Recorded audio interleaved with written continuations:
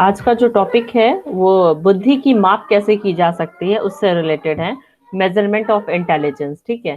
तो measurement of intelligence करने के लिए बहुत से टेक्निक्स हमारे सामने उपलब्ध हैं। टेक्निक से पढ़ने से पहले हम ये जानते हैं कि बुद्धि क्या होती है या इंटेलिजेंस हम किसे कहते हैं। What is intelligence? इंटेलिजेंस का मतलब होता है बुद्धि। तो बुद्धि एक ऐसा जनरल टर्म्स है, एक ऐसा सामान्य शब्द है जिसका प्रयोग हम दिन प्रतिदिन हमेशा बोलचाल की भाषा में करते रहते हैं कि वो बच्चा बहुत इंटेलिजेंट है। क्यों इंटेलिजेंट है? क्योंकि वो चीजों को बहुत जल्दी समझ जाता है। वो बच्ची बहुत इंटेलिजेंट है, क्यों? क्योंकि वो जल्दी चीजों को याद रख लेती है। वो बच्ची चीजों को याद रख सकती है और जब टाइम आता है वो रिकॉल कर देती है। वो उसके अंदर लॉजिकल कैपेबिलिटी, लॉजिकल थिंकिंग बहुत ज्यादा है। तो इस तरह की चीजें जब आती है हमारे समक्ष तो हम कहते हैं हाँ वो बच्चा बहुत ही ज्यादा बुद्धिमान है। ठीक है। यानी कि बुद्धि के अंतर्गत हम क्या क्या चीजें शामिल करते हैं? बुद्धि के अंतर्गत हम किसी भी व्यक्ति के तार्किक चिंतन को, किसी भी व्यक्ति के अच्छे स्मरण करने की योग्यता को शामिल करते हैं। कोई व्यक्ति अगर किसी काम को बहुत जल्दी सीख जाता है तो भी कहते हैं कि हम वो व्यक्ति बहुत ज्यादा बुद्धिमान है। अगर कोई व्यक्ति किसी भी चीज को बहुत अच्छी तरह समझ लेता है बहुत कम शब्दों में तो भी हम कहते हैं कि वो बच्चा या वो बच्ची जो है बहुत ज्यादा बुद्धिमान है। तो बुद्धि जो है बेसिकली एक बहुत ही कॉमन टर्म है जिसका यूज हम डे टू डे लाइफ में करते हैं। सबको मेरी आवाज पहुंच रही है ना बेटा? यस जी मैम। मैम। ठीक है। तो बुद्धि का प्रयोग ऐसा होता है जिसका प्रयोग हम दिन प्रतिदिन की बोलचाल की भाषा में करते हैं। कोई व्यक्ति अगर जल्दी सीख लेता है, कोई व्यक्ति अगर अच्छा स्मरण कर सकता है, कोई व्यक्ति कोई चीजों को बहुत जल्दी समझ लेता है या उसके चिंतन करने की टेंडेंसी बहुत अच्छी होती है, उसकी लॉजिकल थिंकिंग बहुत अच्छी होती है, तो हम ये मान लेते हैं कि वो व्यक्ति बुद्धिमान है। तो बुद्धि से रिलेटेड बहुत से डेफिनेशंस हमारे सामने आए हुए हैं। बहुत डेफिनेशन पे अपना टाइम वेस्ट नहीं करेंगे। उसमें सबसे इंपॉर्टेंट चीज ये है कि बुद्धि की जो सबसे अच्छी परिभाषा किसने दी? तो बुद्धि की एक सबसे अच्छी परिभाषा जो है आज भी मानी जाती वो है वैशलर की डेफिनेशन, जो उन्होंने 1939 में दी थी। उनके अनुसार बुद्धि एक सार्वजनिक या समुच्चय है, सार्वजनिक क्षमता या समुच्चय है जिसके सहारे व्यक्ति उद्देश्यपूर्ण क्रिया करता है, विवेकशील चिंतन करता है तथा वातावरण के साथ प्रभावपूर्ण ढंग से समायोजन स्थापित करता है। ये बुद्धि की परिभाषा को हम समझिए कि सर्वश्रेष्ठ परिभाषा कहते हैं। इसमें उन्होंने बताया कि बुद्धि कोई एक क्षमता नहीं है बल्कि एक समुच्चय है। ठीक है। या सार्वजनिक क्षमता है जिसके सहारे हम कोई भी जो काम करते हैं वो उद्देश्यपूर्ण होता है। छोटा बड़ा जो भी काम करेंगे वो उद्देश्यपूर्ण होगा। जो भी चिंतन करेंगे वो विवेकशील चिंतन होगा, यानी शून्य में हम कोई चिंतन नहीं करेंगे, लॉजिकल थिंकिंग हम करते हैं। और जो भी हमको इन्वायरमेंट मिला है उसके साथ हम इफेक्टिवली रूप से एडजस्ट कर लेते हैं, मतलब प्रभावी ढंग से समायोजित कर लेते हैं। इसीलिए वेस्ले के इस डेफिनेशन को काफी ज्यादा महत्व मिला, क्योंकि इन्होंने अपनी डेफिनेशन में, 2 लाइन की डेफिनेशन में हर एक चीज को शामिल कर दिया। वेस्लर की डेफिनेशन थी कि इंटेलिजेंस इज द एग्रीगेट और global capacity of the individual, यानी कि इंडिविजुअल की एक ग्लोबल कैपेसिटी होती है टू एक्ट पर्पसफुली, जो किसी भी काम को, किसी भी कार्य को करता है जो कि उद्देश्यपूर्ण होता है। टू थिंक रैशनली, यानी कि विवेक ढंग से चिंतन करता है। And to deal effectively with the environment, और इन्वायरमेंट के साथ बहुत ही प्रभावी ढंग से समायोजित हो पाता है। ये एक बुद्धि की परिभाषा होती है। तो वास्तव में बुद्धि क्या होती है? बुद्धि एक क्षमता नहीं होती बल्कि बुद्धि में विभिन्न तरह की क्षमताओं का योग शामिल होता है जिसके सहारे हम किसी भी समस्या का समाधान करते हैं। तो ज्यादातर बुद्धिमान व्यक्ति किसी भी समस्या का समाधान करने में क्या अपनाता है? सूझ की प्रक्रिया, यानी इंसाइट की जो टेंडेंसी होता है उसको अपनाता है।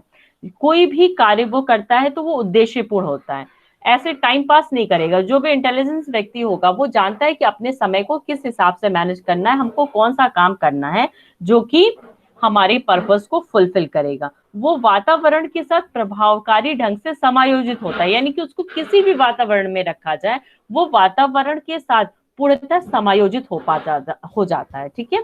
और विवेकपूर्ण चिंतन करता है, यानी कि वो ये देखता है कि अमुक परिस्थिति में उसे कैसा व्यवहार करना है, किस तरह का व्यवहार उससे अपेक्षित है, उसे उसी तरह का व्यवहार करना चाहिए। तो ये हो गई बुद्धि की एक डेफिनेशन, या आप कह देंगे कि बुद्धि का अर्थ हो गया। अब हम लोग जल्दी से आते हैं कि बुद्धि के संबंध में कौन कौन से माप बने हुए हैं, या बुद्धि की माप हम कैसे कर सकते हैं। Measurement of intelligence. तो मेजरमेंट ऑफ इंटेलिजेंस यानी बुद्धि की माप करने के लिए बहुत अलग अलग तरह के मापन यंत्र बनाए गए हैं, या बहुत से टेस्ट बनाए जा चुके हैं, जिसमें बिनेट टेस्ट है, वैसलर टेस्ट है, रेवेंस प्रोग्रेसिव मैट्रिसेस है, Goodenough draw a man test है, पिक्चर वोकेबुलरी टेस्ट है, Cattell's culture free intelligence test है, Kaufman assessment battery for children है। लेकिन हमको मेनली जो इसमें पढ़ना है, हमारे जो सिलेबस में है, वो सिलेबस में है वेस्लर इंटेलिजेंस टेस्ट। ठीक है, यानी वेस्लर ने जो इंटेलिजेंस स्केल बनाया उसके बारे में पढ़ना है।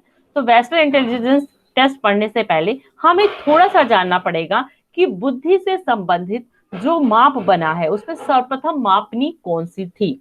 तो सर्वप्रथम जो मापनी थी, जो बुद्धि की थी, यानी बुद्धि को मापने का जो सर्वप्रथम टेस्ट बना था, वो टेस्ट का नाम था Binet test. BINET, Binet test, जिसको हिंदी में हम बिने परीक्षण कहते हैं। ठीक है, बिने ने साइमन के साथ मिलकर, बिने जिसका पूरा नाम अल्फ्रेड बिनेट है, उन्होंने थियोडोर साइमन के साथ मिलकर, जो कि एक मेडिकल डॉक्टर थे, की सहायता से एक मापनी का निर्माण किया, बुद्धि परीक्षण का निर्माण किया, जिसे बिनेट साइमन स्केल कहा गया। ये बुद्धि से संबंधित प्रथम मापन था, यानी बुद्धि को मापने के लिए जो प्रथम परीक्षण का निर्माण किया गया, उस परीक्षण का नाम था बिने साइमन टेस्ट। ठीक है, याद रहेगा। बुद्धि परीक्षण के संबंध में सबसे पहला टेस्ट कौन सा डेवलप हुआ, बताएंगे आप लोग? कौन सा डेवलप हुआ बताइए? बिने साइमन टेस्ट। बुद्धि के संबंध में जो सर्वप्रथम टेस्ट डेवलप हुआ था वो बिने और साइमन टेस्ट था। बिने दो अलग अलग व्यक्ति थे, पहला व्यक्ति था अल्फ्रेड बिने और दूसरा व्यक्ति था थियोडोर साइमन। थियोडोर साइमन वास्तव में एक मेडिकल डॉक्टर थे। बिने ने इनकी सहायता के द्वारा एक बुद्धि परीक्षा का निर्माण किया। इस बुद्धि परीक्षण का जो निर्माण हुआ था वो 1905 ईस्वी में किया गया था। इस बुद्धि परीक्षण में टोटल 30 आइटम्स थे, यानी उसमें 30 एकांश थे, 30 आइटम्स थे, जिसका आंसर बच्चों को देना होता था। ठीक है, इसमें जो बच्चे होते थे बेसिकली भाषा का प्रयोग करके जो उसमें परीक्षण, मतलब उसमें जो आइटम्स पूछे जाते थे उसका आंसर देते थे। ठीक है, इसमें जो आइटम्स थे वो कठिनाई के बढ़ते हुए क्रम में उनके सामने प्रेजेंट किए जाते थे। जैसे उदाहरण के लिए, अगर हमें किसी भी बच्चे की बुद्धि मापनी है, किसी भी बच्चे की मैथमेटिकल एबिलिटी नापनी है, तो हम क्या करेंगे?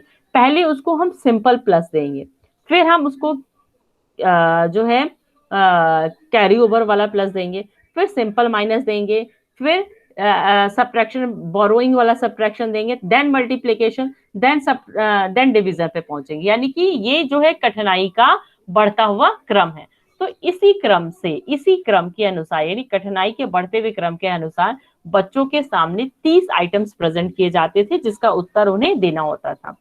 बिने साइमन टेस्ट जो है बेसिकली एक इंडिविजुअली एडमिनिस्ट्रेटेड इंटेलिजेंस टेस्ट था, यानी ये एक व्यक्तिगत बुद्धि परीक्षण था। यानी कि एक समय में केवल एक व्यक्ति का ही हम बुद्धि माप सकते हैं इस व्यक्तिगत परीक्षण। ये सामूहिक बुद्धि परीक्षण नहीं था, ये व्यक्तिगत बुद्धि परीक्षण था। एक समय में केवल एक बच्चे का ही हम बुद्धि माप सकते हैं। बिने साइमन जो परीक्षण था वो 1905 ईस्वी में हमारे सामने आया। इसका बहुत बार संशोधन किया गया, लेकिन 1916 में एक संशोधन किया गया जो सबसे इंपॉर्टेंट संशोधन था। इसका सबसे इंपॉर्टेंट संशोधन का मतलब मॉडिफिकेशन था, जो कि टर्मन ने किया था। याद रखिएगा, 1916 में यानी 1916 में LM टर्मन, जो कि स्टैनफोर्ड विश्वविद्यालय में कार्यरत थे, उन्होंने इस परीक्षण का एक संशोधन किया और इस परीक्षण का नाम स्टैनफोर्ड बिनेट टेस्ट रख दिया। ये परीक्षण, ये जो मॉडिफिकेशन था, ये इतना इंपॉर्टेंट क्यों था? क्योंकि इसमें सर्वप्रथम पहली बार IQ के कॉन्सेप्ट को डाला गया। ठीक है, इस बात को समझने की कोशिश कीजिए कि 1905 ईस्वी में बिने और साइमन ने मिलकर एक बुद्धि परीक्षण का निर्माण किया। ये पहला बुद्धि परीक्षण मापनी था जिसमें 30 आइटम्स थे जो बच्चों को बढ़ते हुए कठिनाई के बढ़ते हुए क्रम में बच्चों के सामने प्रेजेंट किया जाता था और उनसे उनका आंसर पूछा जाता था। इस बिने साइमन टेस्ट का बहुत बार संशोधन किया गया, लेकिन सबसे इंपॉर्टेंट संशोधन जो था 1916 ईस्वी में स्टैनफोर्ड विश्वविद्यालय के जो एलएम टर्मैन जो थे उन्होंने किया था। ये सबसे इंपॉर्टेंट संशोधन इसलिए है क्योंकि इसमें सबसे पहली बार आईक्यू के कॉन्सेप्ट को यानी इंटेलिजेंस क्वांटेंट यानी कि बुद्धि लब्धि के कॉन्सेप्ट को जोड़ा गया। ठीक है, दूसरा मॉडिफिकेशन 1937 में किया गया, थर्ड मॉडिफिकेशन इसका 1960 में किया गया, फोर्थ 1986 में किया गया और लास्ट जो इसका संशोधन किया गया वो 2016 में किया गया। इसमें केवल आपको याद रखने वाली चीज ये है कि ये पहला बुद्धि परीक्षण मापनी था जिसका बहुत बार संशोधन किया गया। लास्ट संशोधन 2003 का है। सबसे फर्स्ट जो सबसे इंपॉर्टेंट इसमें मॉडिफिकेशन था बिने टेस्ट था वो 1916 में किया गया था। उस समय एल.एम. टर्मैन ने इसका संशोधन किया था। यह संशोधन इतना इंपॉर्टेंट इसलिए है क्योंकि इसमें सबसे पहली बार आईक्यू के कॉन्सेप्ट को यानी कि इंटेलिजेंस क्वांटेंट के कॉन्सेप्ट को जोड़ा गया। इस परीक्षण की सबसे बड़ी समझिए कि सीमा या परिसीमा ये थी कि इसके द्वारा वयस्कों की बुद्धि का मापन नहीं किया जा सकता था। वयस्कों यानी एडल्ट की बुद्धि का मापन नहीं किया जा सकता था। ठीक है, इस कारण दूसरा परीक्षण हमारे सामने बना जिस परीक्षण को आपको डिटेल से पढ़ना है। उस परीक्षण का नाम है वेस्लर बुद्धि मापनी। आपका यही सिलेबस में पार्ट है। ये चीज मैंने इसलिए पढ़ाया क्योंकि आपको एक बैकग्राउंड होना जरूरी था। वेस्लर बुद्धि मापनी, डेविड वेस्लर जो कि अमेरिका के न्यूयॉर्क सिटी के वेलव्यू हॉस्पिटल में एक मनोचिकित्सक थे। वो स्टैफोर्ड बिने परीक्षण से इतने संतुष्ट नहीं थे। इसका नाम स्टैफोर्ड बिने कब रखा गया बताइए? स्टैनफोर्ड बिने कब नाम रखा गया बिने परीक्षण का? किसी को मालूम है? अभी मैंने आपको बताया था स्टैनफोर्ड बिने मापनी के बारे में बताया था। जब टर्मैन ने 1916 में इसमें आईक्यू को जोड़ा था, चूंकि वो स्टैनफोर्ड विश्वविद्यालय के थे, तब इसका नाम स्टैनफोर्ड बिने टेस्ट रख दिया गया था। वेस्लर जो थे वो ये स्टैनफोर्ड बिने मापनी से बहुत ज्यादा संतुष्ट नहीं थे, इसलिए उन्होंने 1935 में एक बुद्धि परीक्षण का निर्माण किया। ठीक है, क्योंकि ये वेलव्यू हॉस्पिटल में वर्किंग थे, इसलिए उन्होंने अपने इस परीक्षण का नाम वेस्लर वेलव्यू बुद्धि मापनी रखा। आई बात समझ में? डेविड वेस्लर इनका पूरा नाम है, जो कि अमेरिका के न्यूयॉर्क सिटी में के वेलव्यू हॉस्पिटल में एक मनोचिकित्सक थे। स्टैनफोर्ड बिने मापनी से बहुत ज्यादा संतुष्ट नहीं थे। क्यों नहीं थे संतुष्ट? क्योंकि इसकी एक परिसीमा थी कि इसके द्वारा वयस्कों की बुद्धि का मापन नहीं किया जा सकता, यानी कि एडल्ट की बुद्धि का मापन नहीं किया जा सकता है। इसलिए उन्होंने एक स्केल डेवलप किया, एक इंटेलिजेंस स्केल डेवलप किया और इस स्केल का नाम उन्होंने वेस्लर अपना नाम रखा, वेस्लर वेलव्यू, जिस हॉस्पिटल में वो में वर्किंग थे, वेलव्यू इंटेलिजेंस स्केल इसका नाम रखा। यानी कि वेस्लर पर्सन का नाम है, वेलव्यू हॉस्पिटल का नाम है, इंटेलिजेंस स्केल है इसका नाम। ठीक है, इस मापनी के द्वारा एडल्ट की बुद्धि की माप जो है आसानी से की जा सकती है। ठीक है, इस मापनी के दो फॉर्म है। पहला फॉर्म है वर्बल स्केल और दूसरा फॉर्म है परफॉर्मेंस स्केल। ठीक है, इस मापनी के दो भाग हैं। आप लोग जानना चाहोगे तो हम बता दें डिटेल में कि इस मापनी के दो भाग है। पहला भाग है आपका शाब्दिक मापनी, जिसको आप वर्बल स्केल कहोगे। आप इंग्लिश में ही लिखोगे कि इस मापनी के दो भाग है। पहला भाग लिखोगे वर्बल स्केल और दूसरा भाग लिखोगे परफॉर्मेंस स्केल। ठीक है, वेस्लर वेलव्यू इंटेलिजेंस स्केल, जिसके द्वारा वयस्कों की बुद्धि की माप की जा सकती है। 1935 ईस्वी में वेस्लर ने इस टेस्ट को डेवलप किया। किस लिए डेवलप किया? वयस्कों यानी कि एडल्ट की बुद्धि की माप करने के लिए। ठीक है, इस टेस्ट में कितने दो तरह के स्केल थे। पहला स्केल था वर्बल स्केल और दूसरा था परफॉर्मेंस स्केल। आप लोगों की जानकारी के लिए हम बता दें कि वर्बल स्केल में जिसका आंसर आपको शब्द के रूप में, शाब्दिक परीक्षण के रूप में देना होता है, उसको हम वर्बल टेस्ट कहते हैं। परफॉर्मेंस स्किल जिसमें हम शब्दों का प्रयोग नहीं करते हैं, जिसमें हम कुछ परफॉर्म करके दिखाते हैं, ये एक तरह का कल्चर फ्री टेस्ट होता है। क्योंकि वर्बल टेस्ट आप उन्हीं लोगों के ऊपर कर सकते हो जो कि आपके उस लैंग्वेज के जानकार हो। ठीक है, जिनको केवल तमिल लैंग्वेज आता हो, जिनको केवल मराठी लैंग्वेज आता हो, क्या आप उसको हिंदी में कोई टेस्ट देंगे तो वो कर पाएगा? कर पाएगा वो? No ma'am. नहीं कर पाएगा। तो वर्बल स्केल का मतलब कि उसमें जो आइटम थे वो वर्बल यानी शाब्दिक फॉर्म में थे, और दूसरा पार्ट था क्रिया परफॉर्मेंस, जिसको हम क्रियात्मक मापनी कहते हैं, जहां पे जो वयस्क लोग थे यानी जो एडल्ट लोग थे उसको कुछ करके दिखाना पड़ता था, परफॉर्मेंस स्केल था। ठीक है, 1935 से 38 के बीच में ये स्केल हमारे सामने आया। 1955 में इसको रिवाइज्ड किया गया, रिवाइज्ड एडिशन सामने आया, मतलब इसका संशोधित रूप सामने आया।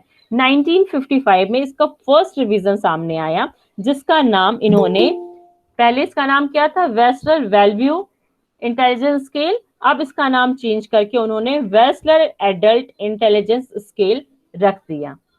1955 में वेस्लर ने इस परीक्षण को संशोधित किया और इस परीक्षण का नाम उन्होंने वेस्लर एडल्ट इंटेलिजेंस स्केल रख दिया, जिसको शॉर्ट में वैश WAIS वैस कहा जाता है। ठीक है, इस परीक्षण में 1981 में फिर से संशोधन किया गया और इसका नाम वैश आर कह दिया गया, यानी Wechsler adult intelligence scale dash R. R का मतलब रिवाइज्ड फॉर्म कर दिया गया। ठीक है, वैश आर जो है, वेस्लर एडल्ट इंटेलिजेंस स्केल जो है, Wechsler adult intelligence scale revision form जो था 1997 में फिर से प्रकाशित किया गया और इसका नाम Wechsler adult intelligence scale third कर दिया गया। ठीक है, वेस्लर थर्ड के शाब्दिक मापनी में 7 सब टेस्ट थे और 7 जो है आपके वर्बल स्केल थे और 7 नॉन वर्बल स्केल थे। ठीक है, यानी कि इस परीक्षा में टोटल मिला के 14 सब स्केल्स थे। आप समझने की कोशिश कीजिए, इसको शॉर्ट में आप कहीं लिख लीजिए। सबसे पहले आप लिखेंगे 1935 से 1938 के बीच में जो वेस्लर ने स्केल डेवलप किया, उस स्केल का नाम था वेस्लर वेलव्यू इंटेलिजेंस स्केल। ठीक है, 1955 में इसको संशोधित किया गया और इसका नाम रख दिया गया वेस्लर वयस्क बुद्धि मापनी, जिसको इंग्लिश के में शॉर्ट फॉर्म में लिखा गया WAIS। ठीक है, 1981 में फिर से इसे मॉडिफाई किया गया। ठीक है, और इसका नाम Wechsler adult intelligence scale R रख दिया गया। ठीक है, फिर वेस्लर एडल्ट इंटेलिजेंस स्केल को 1997 में फिर से रिवाइज कर दिया गया और इसका नाम Wechsler adult intelligence scale third कहा गया। ठीक है, इस वेस्लर स्केल इंटेलिजेंस स्केल जो है आपका, इसमें 7 यानी कि 7 शाब्दिक मापनी है और 7 जो है क्रियात्मक मापनी रखी गई, यानी कि इस मापनी के 2 उप परीक्षण है। पहला परीक्षण जो है आपका वो है शाब्दिक मापनी, दूसरा उप परीक्षण है वो है क्रियात्मक मापनी। शाब्दिक परीक्षण में 7 उप परीक्षण है, जबकि क्रियात्मक परीक्षण में 7 उप परीक्षण है। आई बात समझ में? तो टोटल आपके 14 उप परीक्षण है इसमें। इतनी बातें आप लोगों को समझ में आ गई? इसमें कोई डाउट? जी मैम। जी मैम। No ma'am. तो आज के लिए इतना ही, लेकिन इतना क्वेश्चन हम कल पूछेंगे। इतना ही हम आपको क्यों पढ़ाएं, उसके पीछे लॉजिक ये था कि जो बैकग्राउंड था वो आपको क्लियर हो जाए। बैकग्राउंड क्लियर हो गया आप लोगों का? कोई डाउट इसमें? इसको अच्छी नो तरह मैम। आप लोग लिख के अपना नोट्स तैयार करने की कोशिश कीजिएगा। ये आपको कहीं भी सारी बुक्स में मिल जाएगा, लेकिन इसको लिख के तैयार करने की कोशिश करिएगा, ठीक है? अब कल इसके आगे हम आपको पढ़ा देंगे इसका जो एडल्ट इंटेलिजेंस स्केल है। आपको एडल्ट वाला भी वेस्लर का पढ़ना है और चाइल्ड वाला भी वेस्लर का पढ़ना है, और ये हर एक परीक्षा में पूछे जाने वाला प्रश्न है, ठीक है? अब हम जी कल मैम। लेंगे आपकी टाइमली क्लास, जैसे लेते हैं जी मैम। वैसे ही 1 या 1:30 बजे, ठीक है? Yes ma'am. चलो ठीक है, इसके बारे में लेकिन हम पूछेंगे जो आज मैंने पढ़ाया है। मैं अभी इसका तुरंत आपको रिकॉर्डिंग भी भेज देती हूँ, ठीक है? आप लोग 2 या 4 बार सुनिएगा इसका रिकॉर्डिंग, ठीक है? Okay thank bye. Thank you ma'am.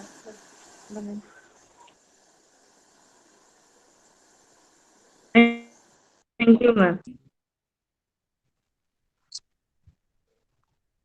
Thank you ma'am.